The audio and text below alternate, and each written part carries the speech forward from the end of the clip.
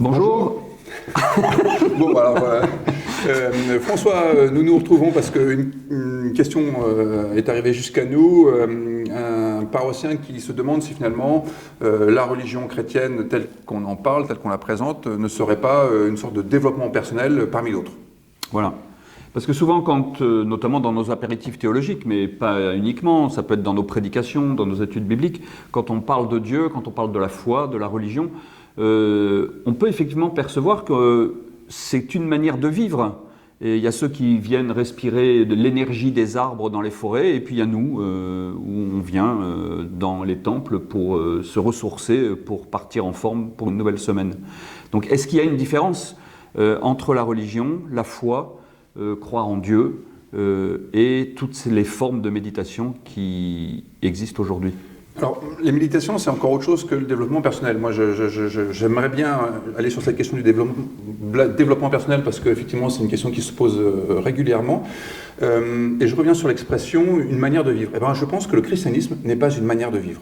Je pense que le christianisme n'est pas une éthique. Ou plus exactement, il n'y a pas une éthique spécifiquement chrétienne. Je pense que la foi chrétienne nous embarque sur la question de l'être. Et sur la question de l'identité, de la représentation de soi et de la relation de soi avec les autres, mais indépendamment de la façon de vivre ensemble. Il me semble que la figure de Dieu dans la tradition chrétienne est une figure qui nous aide à penser notre identité, qui nous aide à penser notre intériorité, mais pas à organiser notre vie quotidienne. Ça vient après, et chacun l'organise comme il veut. Et le développement personnel peut avoir un rapport avec, par exemple, ce que propose Jésus, parce que Jésus rend chacun acteur de son histoire, mais pas comme un coach, en lui disant non, là tu devrais plutôt faire comme ceci, relativise cela, reconsidère ceci. Là où il y a des affinités, c'est il faut avoir des perspectives, il faut avoir des visées. Et la foi est une visée au sein d'un environnement particulier. Et il y a peut-être une grosse différence aussi avec la foi, le christianisme, c'est qu'il y a l'intervention d'un tiers qui est Dieu.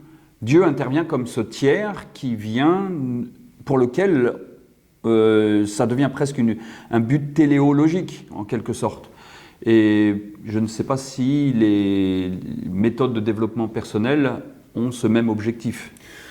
En tous les cas, moi, il me semble que la foi chrétienne n'a pas pour objectif d'être cool, d'être bien dans ses baskets, d'être à l'aise, etc. Je pense que, ça je le dirais volontiers avec Rodolphe Bultmann, la foi chrétienne, elle est là pour nous aider à faire une relecture de notre existence et pour lui donner du sens. Et ce tiers, Dieu, transcende justement notre façon un peu banale et un peu vulgaire de comprendre l'existence pour la placer à un niveau supérieur qui a une perspective universelle. Et c'est la dimension à la fois universelle et puis qui transcende aussi les époques qui me semble extrêmement intéressante et qui dit bien quelque chose de l'être qui n'est pas réductible à un François Bergognan ou un James Woody ou qui que ce soit d'autre dans un contexte particulier et qu'il faudrait développer comme une jolie plante. Merci beaucoup pour ces éclairages. Et puis la discussion n'est pas finie. Hein. À demain. À demain. Au revoir.